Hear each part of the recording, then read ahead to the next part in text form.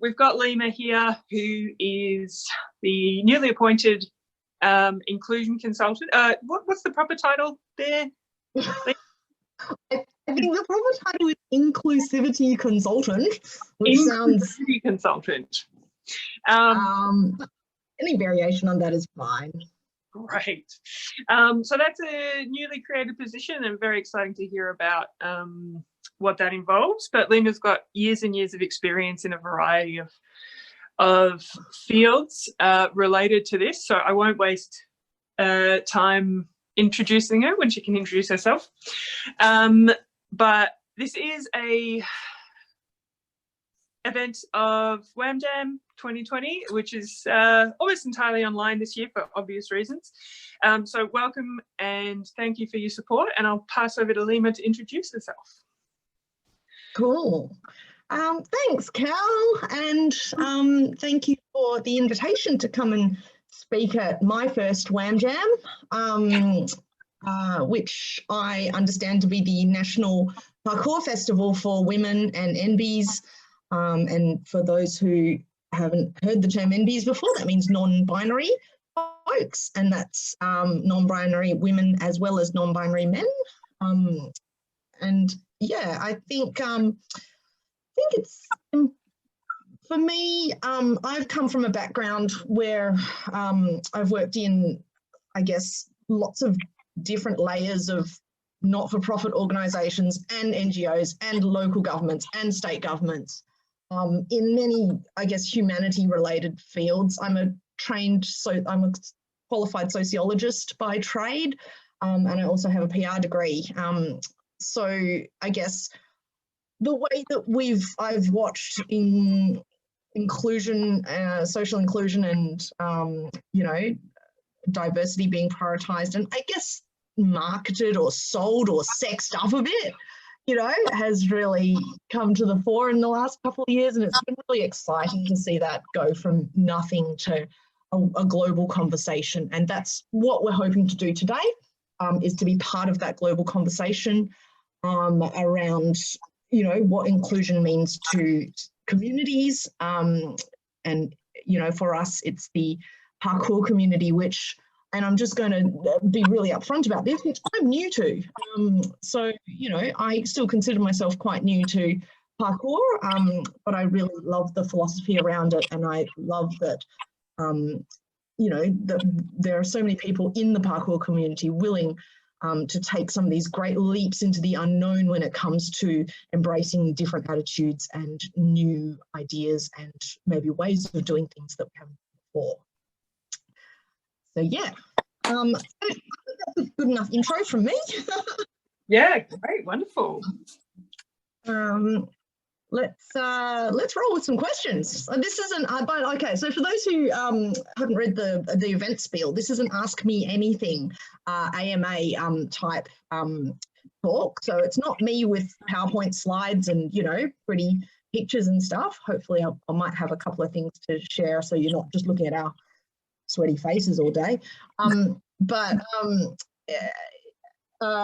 for the most part, we had people send in questions beforehand, and I'll do my best to just throw, I guess, some of the ways that I understand, you know, those questions pertaining to, yeah, inclusion in any community, not just parkour. And I think it's important to see parkour as not existing in a vacuum, but that we're also part of the greater, you know, greater conversation in the greater world around us as well. Yeah. Absolutely. Thank you for that introduction. And yeah, I'm excited to have a sort of a rolling conversation about some of these things. And as you said, we have got some questions. So would you like me to be a sort of interlocutor here, or did you want to read the questions that we have in order? And if anyone does comment with a question, I can jump in. So do you have a preference? I don't really have a preference. I think it would be fun to make it a bit toing and back and forth, if you like. Great. And that'll give me a minute to sort of dwell on any answers that I haven't quite fully formulated yet as well. But yeah, we can workshop some of this stuff as we go. Excellent. That's how I like to do most activities in my life, by flying by the seat of my pants. So I'm not wearing pants, by the way, so Zoom. Excellent. So I mean, the first one is, and I know it is a new role for you, so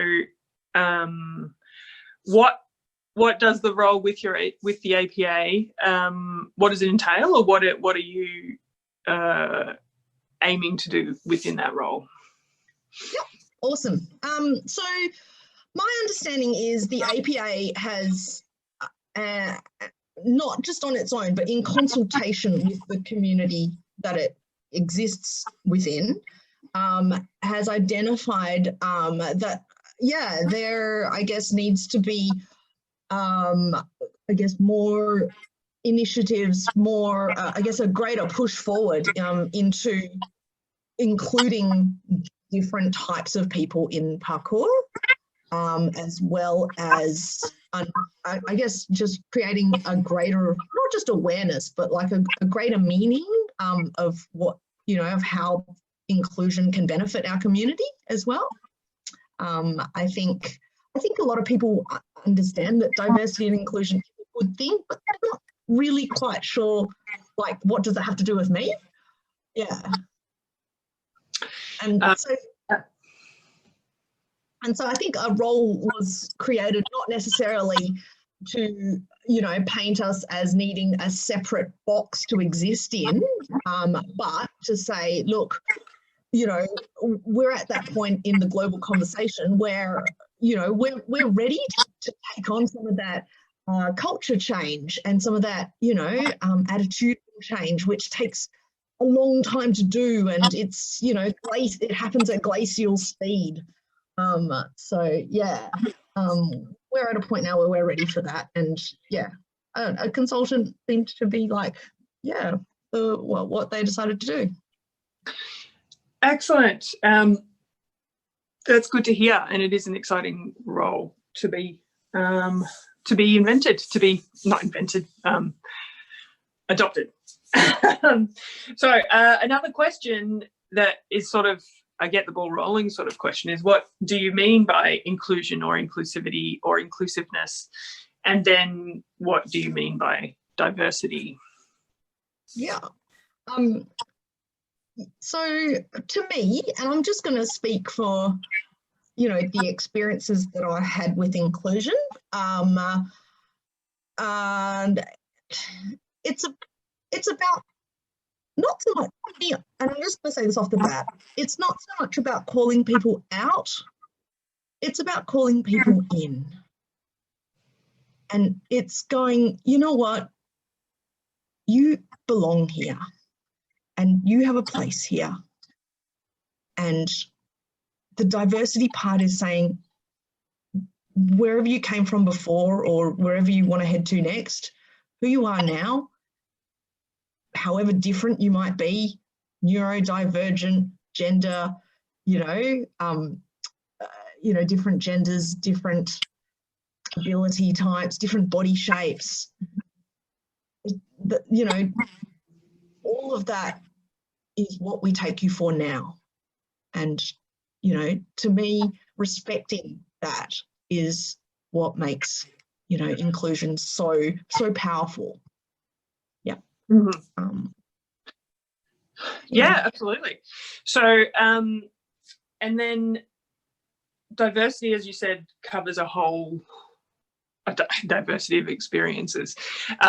As you said, so when we talk about someone who's in a role such as yours, I mean, what we can talk, I'll take a step back there. WamJam is a celebration of women, non-binary, and gender diverse people within parkour. So we have a focus on diversity in the gender spectrum, but obviously your role in the APA is much wider than that and covers a number of other forms of aims towards diversity. So I guess the next question that leads into that is, what is a marginalised group? What does that mean? So when we talk about marginalised groups, what we're really talking about is how the power flows in terms of how much influence, or how much historical oppression a particular group has faced. Power isn't something that is static. No one gets sort of like no one stays within a particular power set. Power flows through interactions. This is kind of Foucauldian theory, if anyone's into that. Power flows through interactions, and we also control those interactions, and that means that we're able to empower and create opportunities that perhaps didn't exist before, and change some of those power flows between traditionally I guess groups that had more influence. Hope that makes sense. Absolutely. So I'll just bring up the questions again. So another question, this is a broad question, but I think it does tie into what you were just saying about power flows. But in simple terms, what are the benefits of having a more diverse parkour community and a more inclusive? So one thing that I noticed when I joined the parkour community, and sorry, I'm just backtracking a little bit. I'm dialing in from Perth in Western Australia, by the way. But I've spent the last 3 years in Melbourne. So, I've been very lucky to, be part of 2 different parkour communities who have both welcomed me with open arms. What I noticed in both of them was that parkour people love learning. They love learning new shit and trying new things. And to me, when adding different, and I say different with as in anything different, but in this context of WamJam, it's gender diverse different. When you add different to the pool, there is to learn, and there are so many more opportunities for you to expand the little cluster that you already have out into new and different, and and that doesn't just mean like physical bodies. That means like you can expand yourself psychologically to learn new things about different ways of communicating with different people, that sort of thing as well. So you get to do a whole bunch of different things because the people around you are different. How cool is that? Absolutely, like super cool. And yeah, you're absolutely right. I think as soon as you add more diversity, there's more opportunity to learn and to grow, and that's really exciting. But I think one thing, well, probably swing between questions as the conversation flows.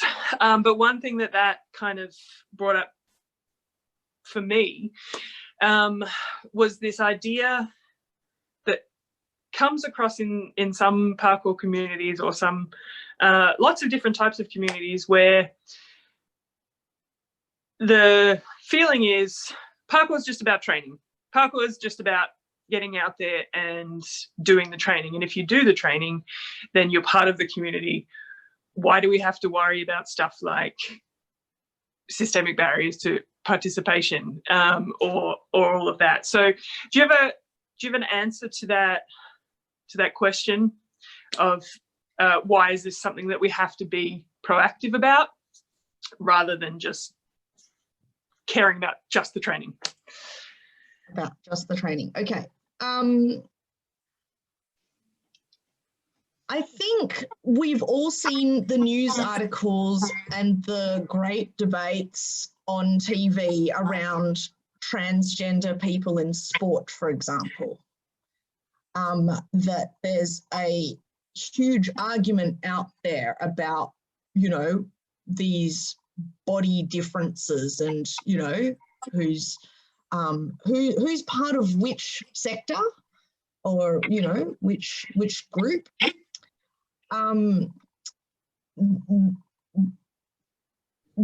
I feel like parkour, if you do absolutely want to subscribe to this idea that you do the training, you will be part of the community, then you also have to accept that different people are going to come in to do that training. And creating an environment that's welcoming, that says you belong here, is part of that too.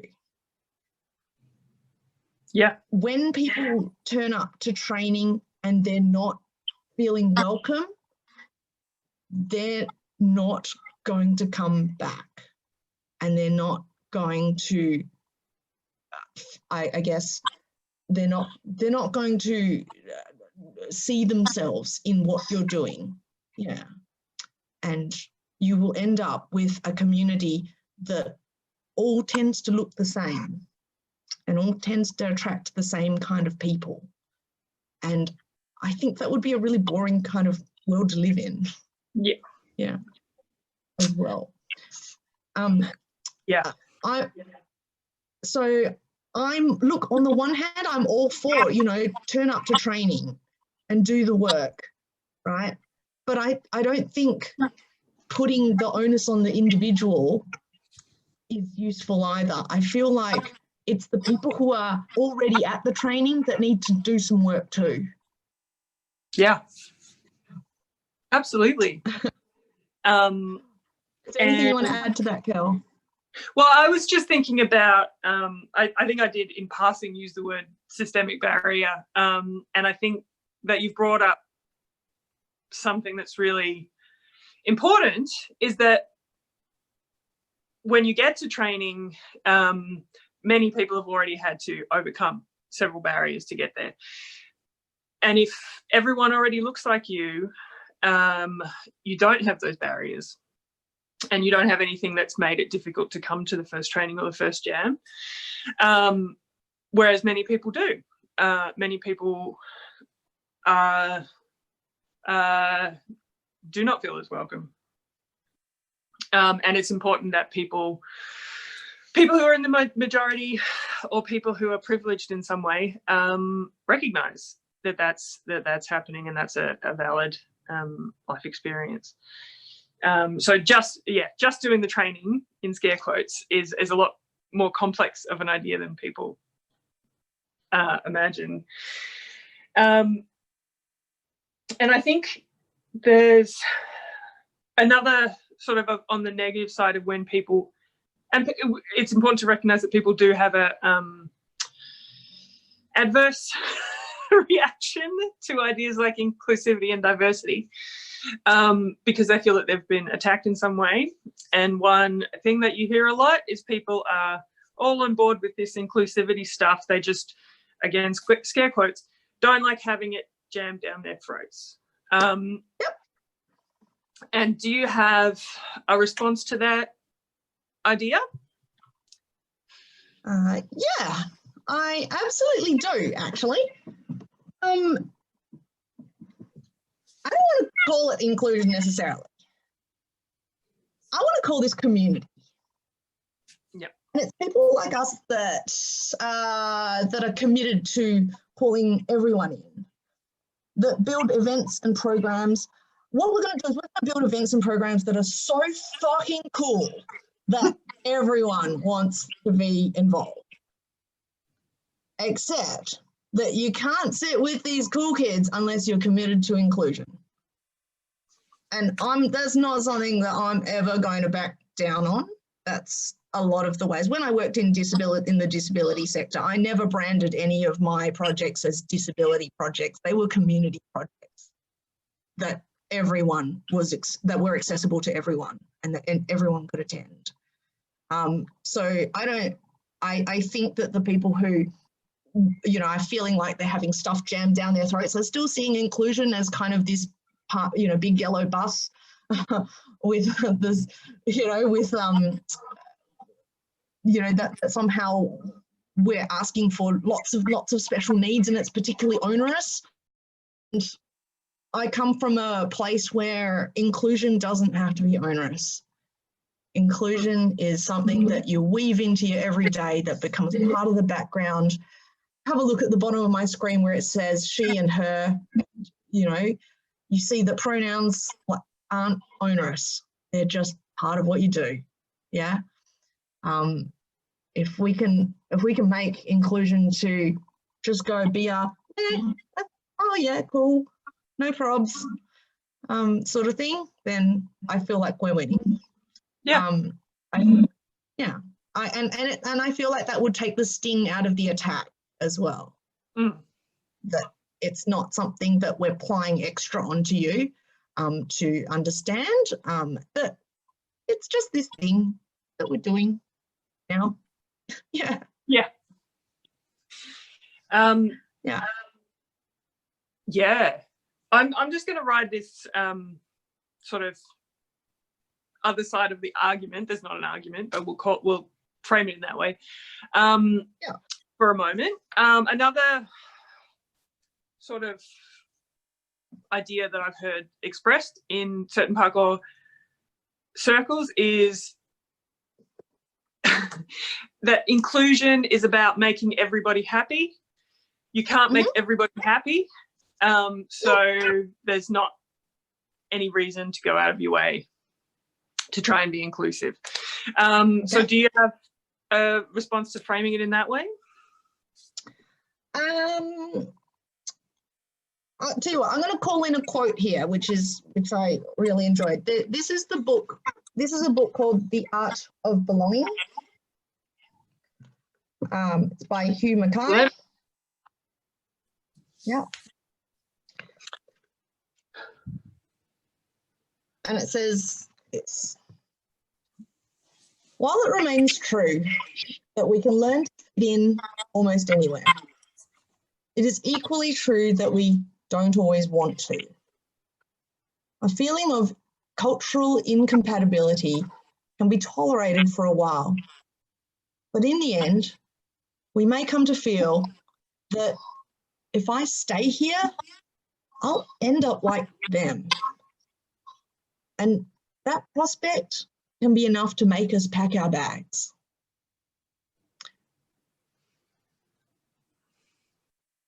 So that's a good one. What that means is that we're not trying to make everyone happy by making everybody the same.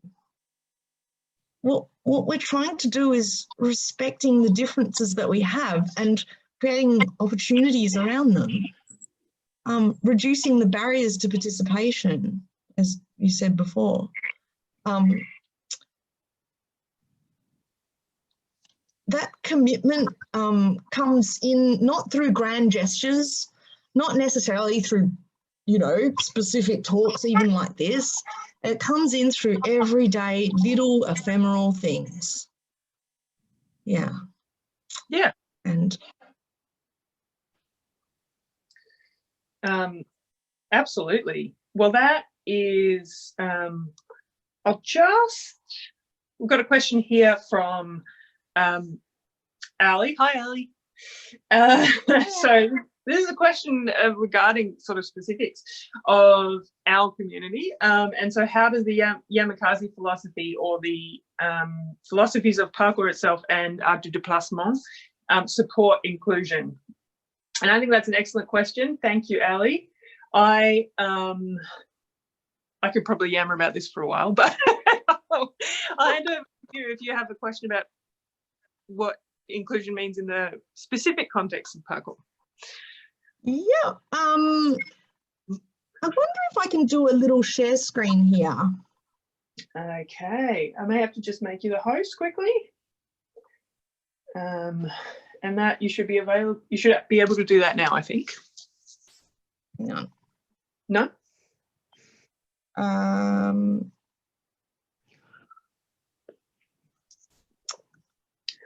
1 second.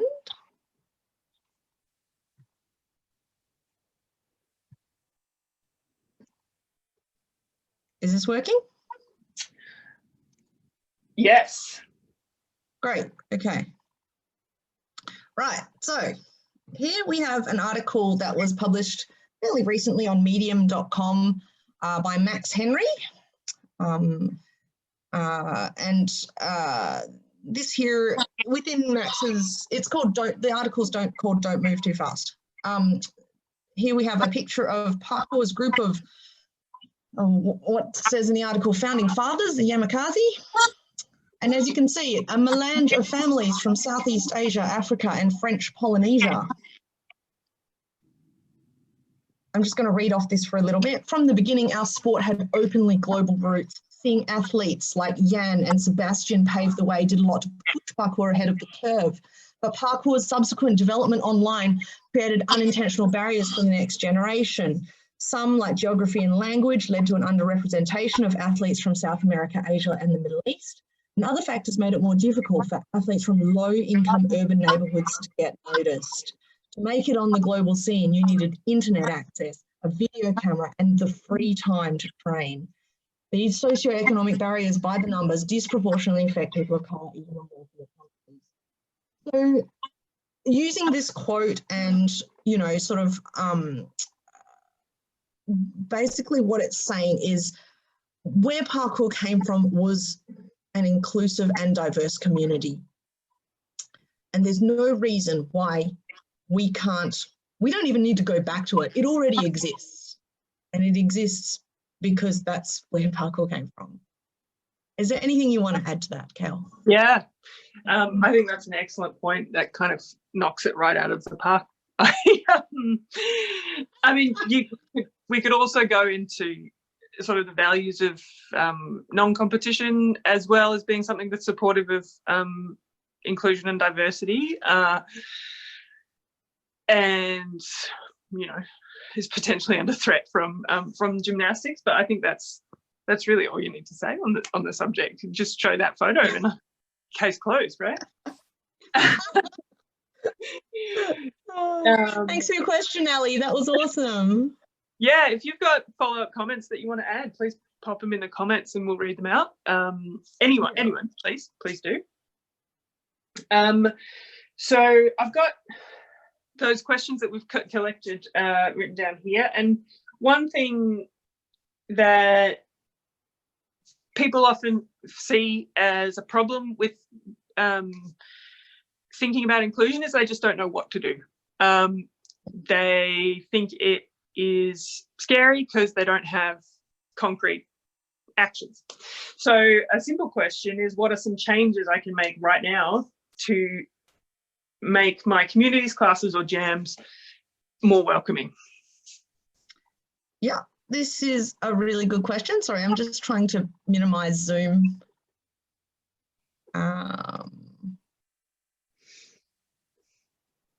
Okay, there we go. Okay, simple changes. And look, I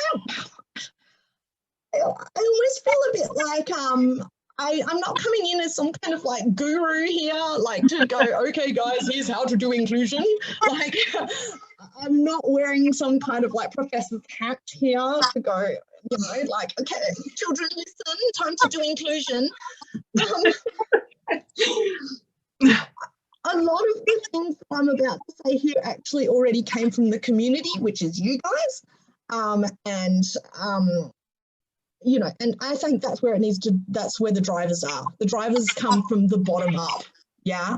Mm-hmm. Please don't take this talk as being top down. It absolutely isn't. And so much of what I've learned in this, you know, came from people who I met at jams, who I met at classes, who've been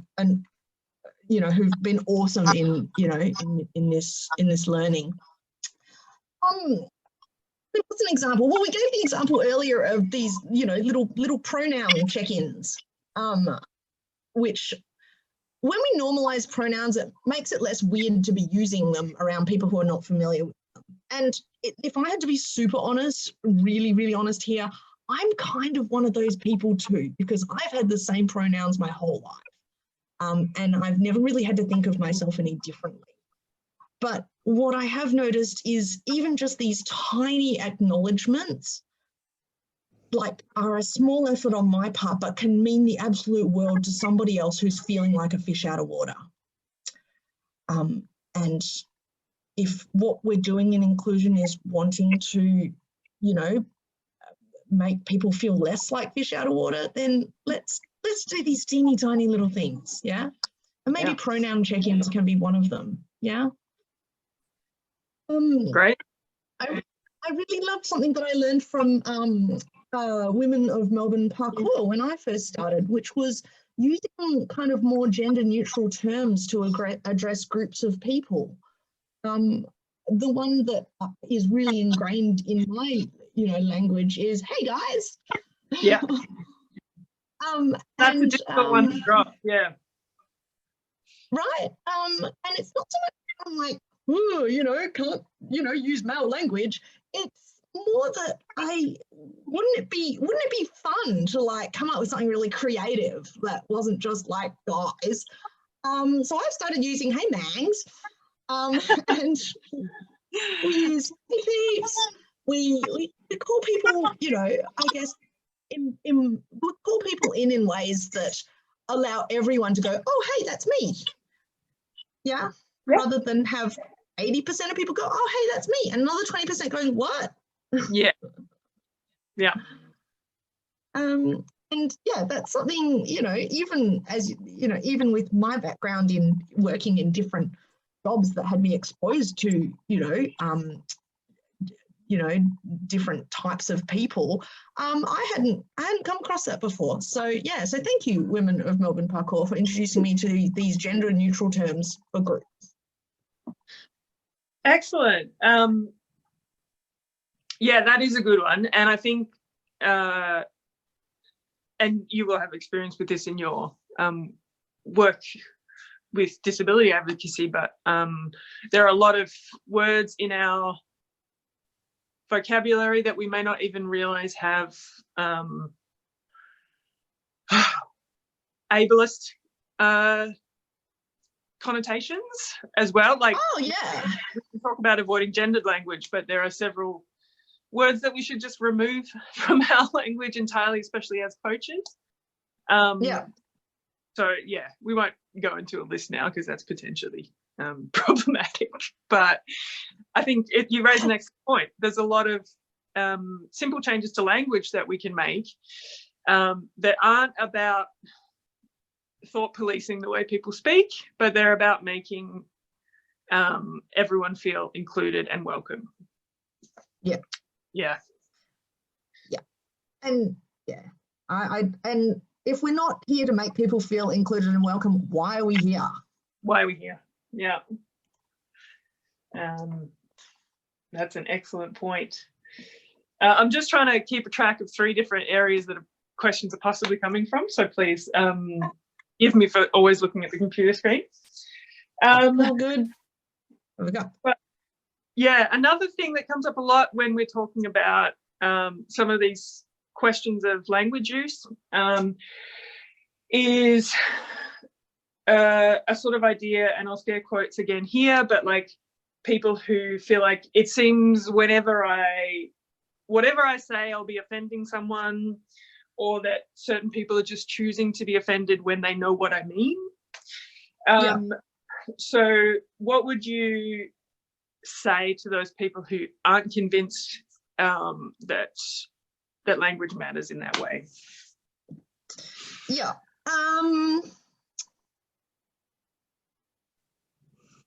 Firstly, if everything you say is offending someone, then maybe the problem isn't with the recipient's ears, it's with the sender.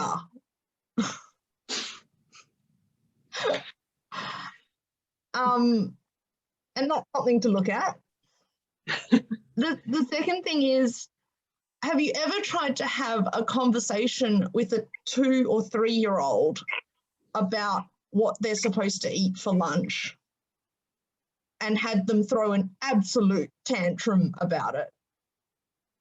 And they don't want the pink bowl, and they don't want, and the lettuce is the wrong color, and you know, they don't want to eat it on a chair, they want to sit on the floor and eat it. all these things, right? Parents aren't necessarily going, you're so offended by this. There must be a problem with my toddler. Yeah. No, that's not the case. The toddler is genuinely like, you know, too hot on the chair and needs to sit on the floor to be cooler. And that's why, but, you know, that's why they're asking for it. There are always ways around respecting people's requests, you know, and you don't have to necessarily like, you know, it's like I said before, it's not onerous often to just go, oh yeah, cool, we can make that adjustment, or we can do this in a different way. Yeah. Yeah. Does that make sense? It does. I've used that analogy before, so I wasn't sure if it was going to fly or not. I mean, I think there's something there about even if you don't understand what people are asking for, yeah, it's not much to simply respect that it will make them feel more respected. So yeah. even if you don't understand that someone who had gendered pronouns forced on them due to their assigned gender at birth now goes by they them pronouns, even if you don't understand that, it doesn't make it less valid. Like all you have to do is use those pronouns, and that's kind of the end of the story, really. I'm going to throw in a quote from Maya Angelou, if that's okay. Please. Yeah. People don't always remember the things that you do or the words that you say, but they will remember how you made them feel.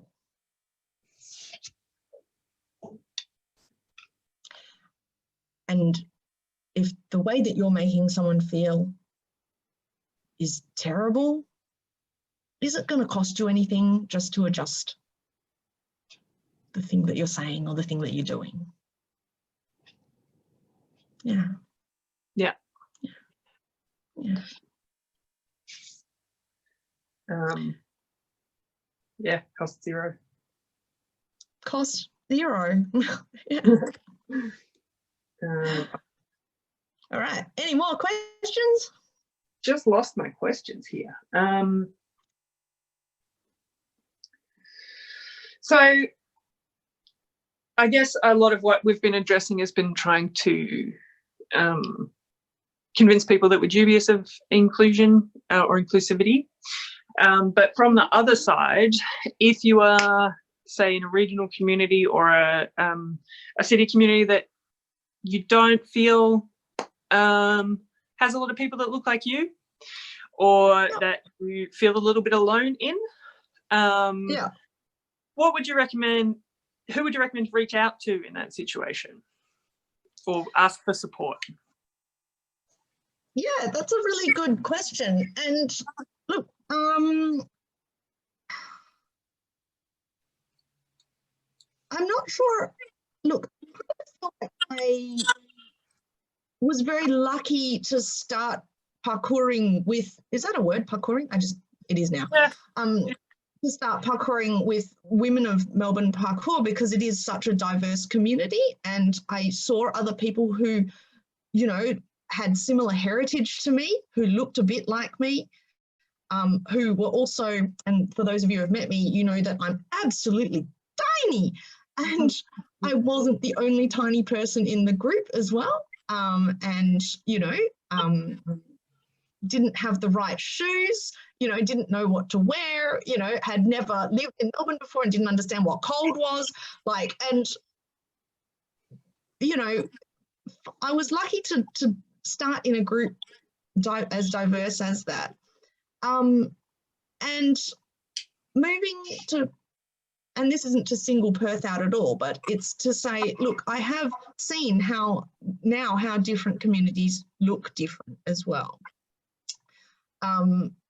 And I think it's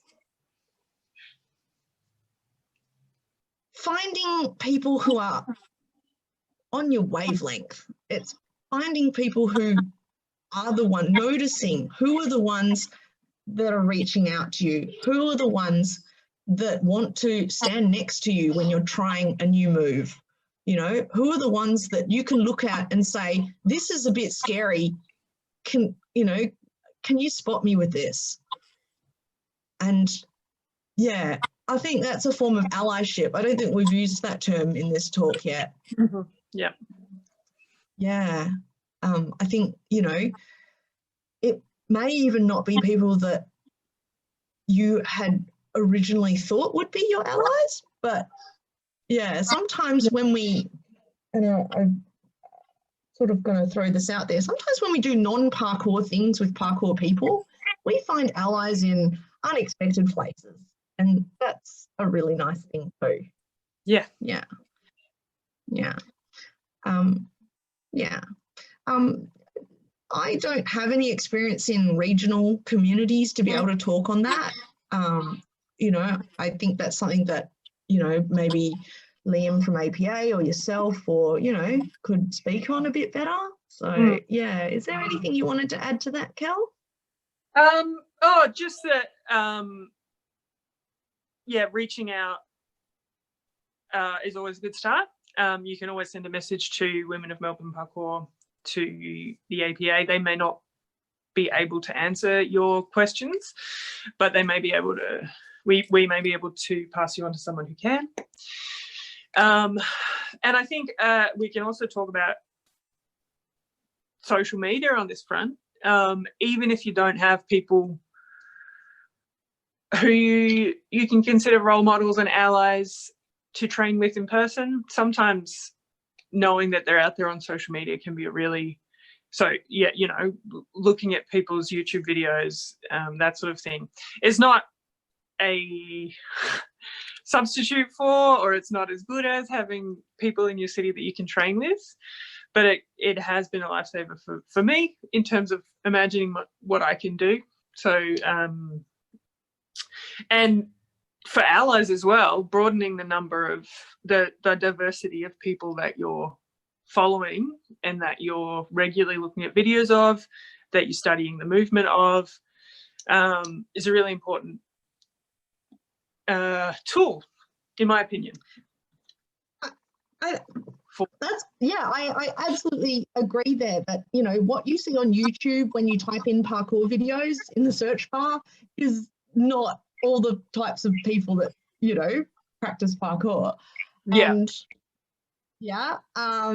And on that, I think you'll find that it's also, I found it's also okay to reach out to other disciplines as well. Yeah. We've all seen there are people from a lot of different other movement and activity backgrounds that also do parkour that complement them. We've got circus arts people, we've got dancers, we've got martial arts people, we've got ballet and people from other sports. Absolutely. Rock climbing, just kayaking. There's heaps of crossover there. If there isn't somebody in your community who is just, specifically parkour, why not reach out through another discipline? Why not?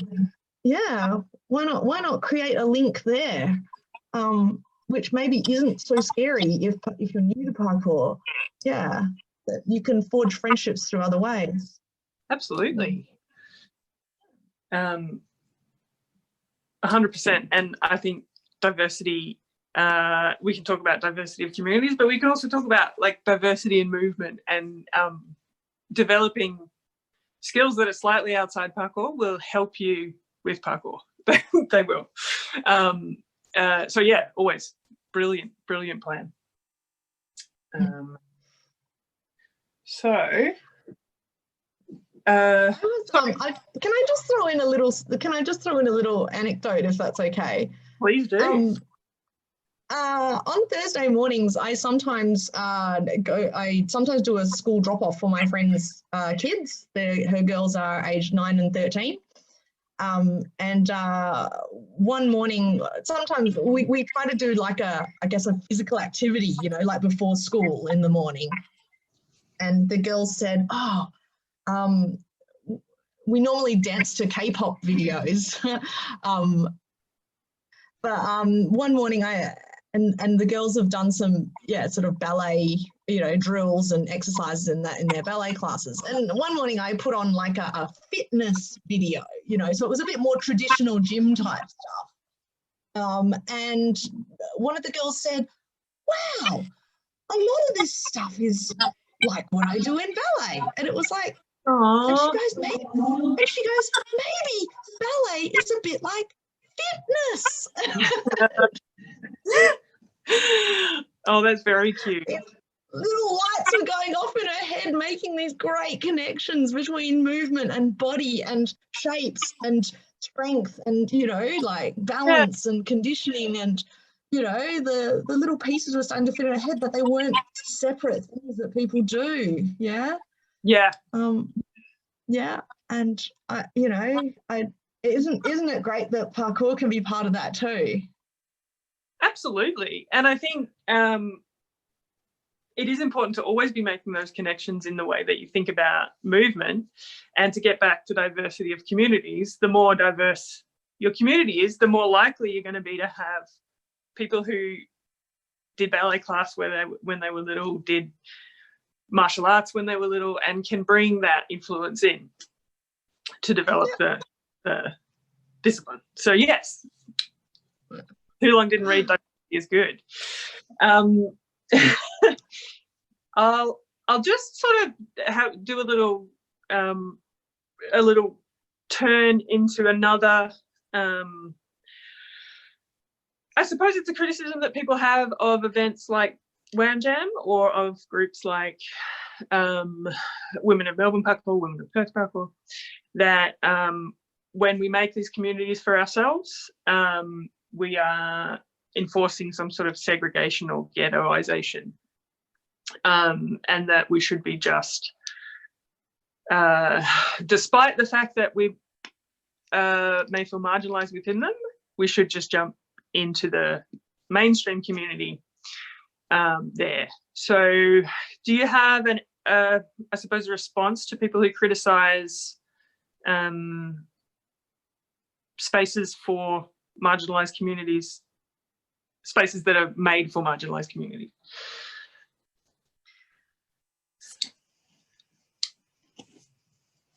What we do in the disability sector is we say, come into one of these spaces and tell me that this isn't something that you would want for yourself. And come in and tell me that this isn't something that you wouldn't want for somebody who you know that identifies, someone in your family maybe. If you can picture them in this group that we've created and you don't see it as a terrible thing, then why are you criticizing us? You know? Yeah. And if you think that what we do inside these spaces is just sit around congratulating each other about how woke and diverse we are, I think you've kind of got the wrong idea about what happens inside these spaces. Yeah. Yeah. That's a good response. Yeah. What do you reckon, Kel? Yeah, I mean, I feel like I've been facing that criticism for a long time in a number of different roles, and I'm kind of just bored of it. It's boring. But it is. You're absolutely right that if you enjoy the community that you've created for yourself, what is the why would you want to take that away from other people? Yeah. And when we do make spaces like Women of Melbourne Parkour, the idea is always to funnel people into training with everybody. It's kind of a first step to get rid of systemic barriers to participation. And it doesn't always work. Some people don't want to engage with the broader community outside of WAMP, and sometimes it's for very good, very valid reasons that just have to do with time and work. If you only have the time to train once or twice a week,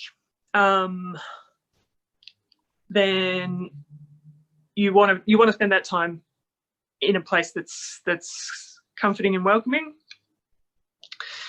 If you're training 6 times a week, then your scope is going to be a lot broader. But we do have to recognise that people who are caring, people who have, working 3 jobs, people who have chronic illness or pain, maybe they don't want to train 6 times a week, and we don't have to set that bar that damn high for inclusion to parkour. Yeah. I got some terrific feedback when I just sat in, I don't know what to call it, kind of the bystanders or the audience of a kids' school holiday workshop that Perth Parkour ran recently. And I got to hang out with, I guess, the mums and some of the parents and stuff. Yep. And overwhelmingly, like the biggest thing that they talked about was, single parents and the lack of, time and resources that were around, like the scheduling and stuff. And that was, really interesting for me to hear, because it was overwhelmingly mums, that were saying, we don't have the time to go and source like all these different ways of doing things. Like we want to go to one thing.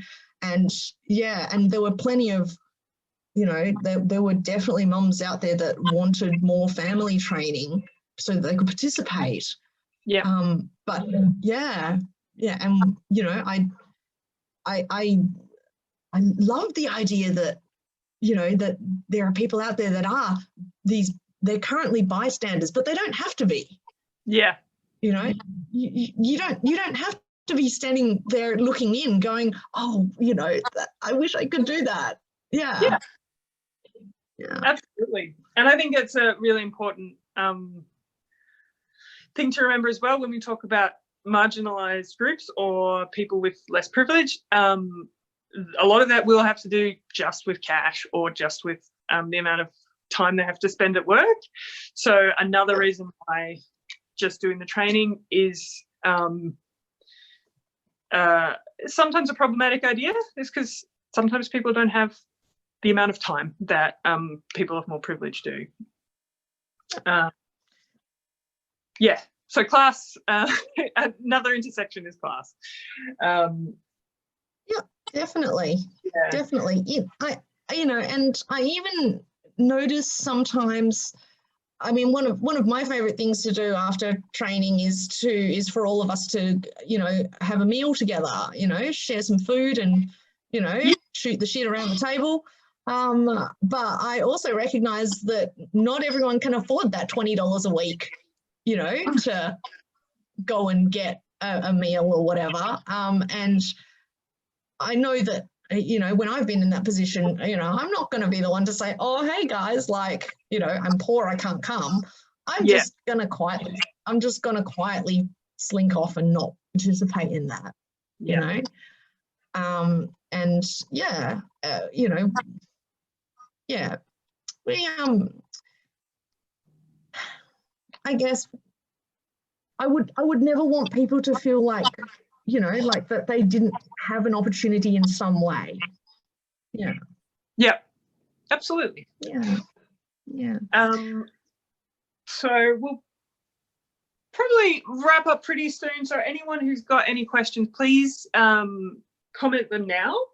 But one thing that I think is really important to address is what happens if you make a mistake. Now, some of the things that we've talked about in language, terms change. some things take a bit of getting used to. I personally made a lot of mistakes in the way that I've personally used language, and in some of the written stuff that we've done for Women of Melbourne Parkour, I look back and that was a mistake. So what do you do if you make a mistake and you do fail at some of this inclusion stuff? I think it's important to see inclusion as an ongoing conversation and not as this static box that you're either in or out of. I think that when we talk to ourselves and tell ourselves that we made these mistakes or failures, or, you know, I think it's important to delineate between I made a mistake and I am a mistake. It's, you know, it's not super helpful for us to take on board the ways in which we've somehow failed inclusion and gone, oh, well, you know, that, you know, I'm a terrible person for doing that, and be that on my head. It is far more useful to say, okay, like, this has maybe even changed around me and I'm willing to change with that, you know, and making those little mistakes is much more like, for example, you know, making sketches before an art piece, yeah? And it's an evolving thing, and it's okay for you to be part of that evolving thing as well. And yeah, I think it's cut yourself, you know, we can all cut ourselves a little bit of slack, like to go, you know, I don't need to be perfect at this. Yeah. A dance teacher once told me there are no wrong moves, only new moves. And I've never forgotten that. Yeah. Excellent. I think that that's a really excellent way of thinking about things. And I think it also, as you've spoken about, something that is an ongoing process that you're undertaking. I think if you think about it that way, you're less likely to think of requests for change as an attack, because some people do feel that when people ask you to change your language or the way that you do things to make it more inclusive, they may think of it as an attack, and it's not. Yeah, it's not an attack at all. It's a calling in, not a calling out. Yeah. If you want to talk pie in the sky stuff, you know, I would really love, you know, to see running inclusion awareness training, you know, to get all of our instructors sitting on the same lily pad. I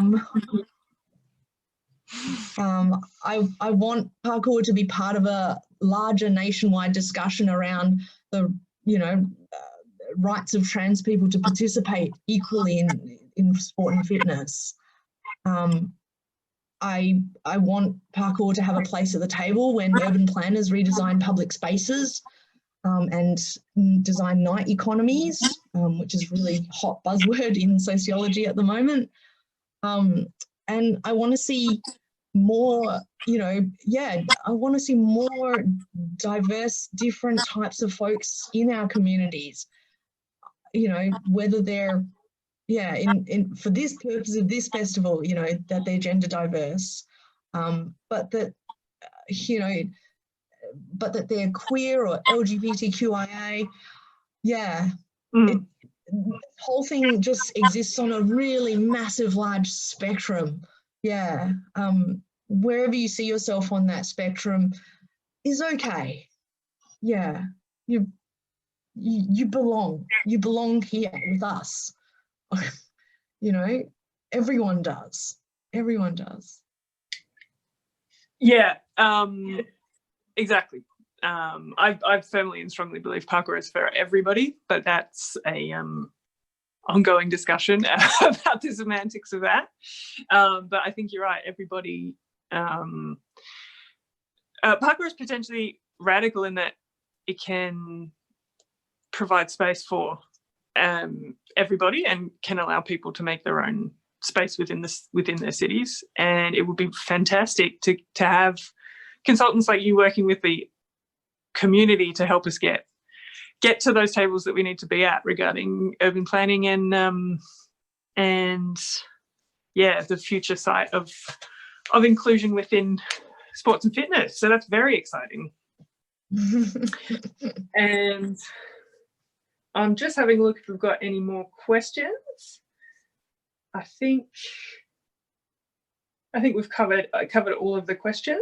I would like, is there anything you want to say to finish up the presentation? Hang on 1 second. Oh no, my mouse fell asleep. Hang on.